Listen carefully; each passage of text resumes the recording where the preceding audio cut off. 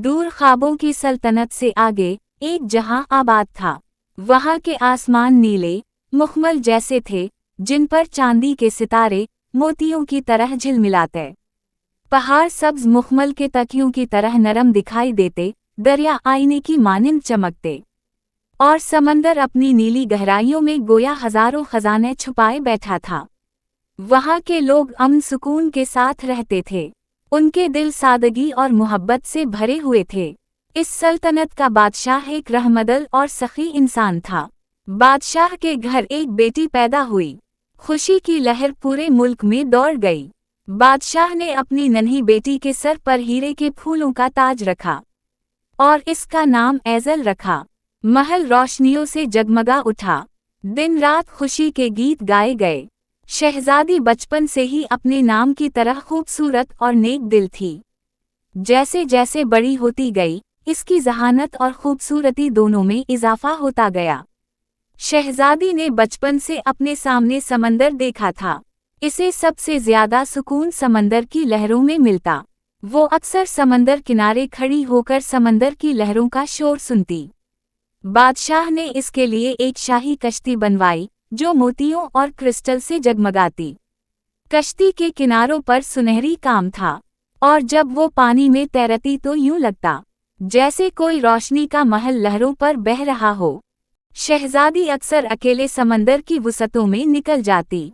इसे समंदर से जज्बाती वाबस्तगी महसूस होती, और वो समंदर के सहीर में खो सी जाती। अव्वल अव्वल तुझको बनाने वाले कलाकार की कला, कोई कैसे इतना खूबसूरत हो सकता है भला। चांद भी ठहरा नहीं तेरे सामने, समंदर भी गहरा नहीं तेरे सामने। एक दिन वो अपनी कश्ती पर बहुत दूर निकल गई। लहरें बुलंद होने लगीं और कश्ती हिचकोले खाने लगी। अचानक एक कश्ती और नजर आई। इसमें एक खूबसूरत शहजादा मौजूद था। इसकी आंखें समंदर जैसी गहरी थीं और इसके चेहरे पर हिम्मत और नरमी की झलक। इसने शहजादी की कश्ती को काबू में किया और उसे करीब के एक जजीरे पर ले गया। वो जजीरा जन्नत का टुकड़ा था। रंग बिरंगे परिंदे, मीठे फलों के दरख्त और फूलों की खुशबू चारों तरफ बिखरी थी। शहजादा असल में दूर की एक सल्तनत का वारिस था। इसे सफर और नई जगहों की तलाश का शौक था। शहजादी और शहजादा बैठे और बातें करने लगे। हैरत की बात ये थी कि दोनों के दिलों की दुनिया एक जैसी थी। मौसीकी, फितरत, समंदर और मोहब्बत, सब में उनके ज़ौक़ मिलते थे। रफ्ता रफ्ता दोनों रोज उसी जजीरे पर मिलने लगे। शहजादे ने शहजादी को कीमती मोतियों की एक माला दी, जो चमकते हुए चांद की किरणों जैसी लगती थी। शहजादी जब वो माला पहनती, तो इसका चेहरा और भी ज्यादा जगमगा उठता। एक दिन शहजादे ने कहा, कल मैं यहाँ से जा रहा हूँ। आज हमारा आखिरी दिन है।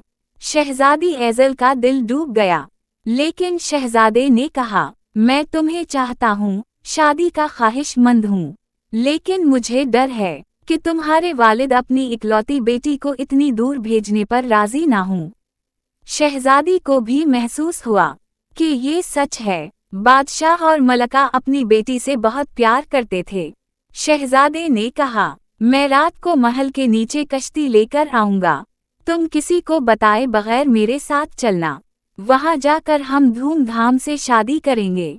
रात आई तो शहजादी के दिल में जंग छिड़ गई। एक तरफ शहजादे की मोहब्बत, दूसरी तरफ वालिदैन की इज्जत और मुल्क की जिम्मेदारी। दिल कहता, मोहब्बत सबसे ज्यादा जरूरी है। अगर दिल जिंदा है तो जिंदगी है। मगर दिमाग कहता, मोहब्बत के बगैर इंसान जी सकता है, लेकिन इज्जत के बगैर नहीं। झुका हुआ सर गवारा नहीं, चाहे दिल टूट जाए। शहजादी एज़ल कुछ सोचते हुए महल की छत पर गई। दूर से एक कश्ती रोशनी फैलाए आ रही थी। दिल धड़कने लगा। किश्ती करीब आ चुकी थी। शहजादे की आंखों में मोहब्बत की झलक नजर आ रही थी, और इसकी मुंतजिर निगाहें शहजादी पर जमी थीं। लेकिन अगले ही लम्हे शहजादी ने गर्दन से शहजादे की दी हुई माला खींची और एक झटके से तोड़ दी।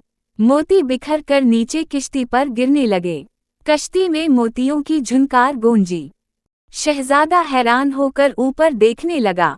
वहां शहजादी खड़ी थी, सर पर हीरे का ताज, चेहरे पर वकार। वो शान से खड़ी थी, फैसला हो चुका था। समंदर की हुआ इसके लिबास को लहराती रही, और चांदनी रात में इसकी सूरत ख्वाबों की रानी से ज्यादा एक हकीकत की मलका लग रही थी। शहजादी ऐज़ल दिल का दर्द छुपाए, गर्दन फख्र से उठाए, सीढ़ियां उतर रही थी। शहजादी ऐज़ल को छोटा दिल मंजूर था, लेकिन कटे हुए पर और झुका हुआ सर नहीं। इज्जत मोहब्बत से बढ़कर होती है।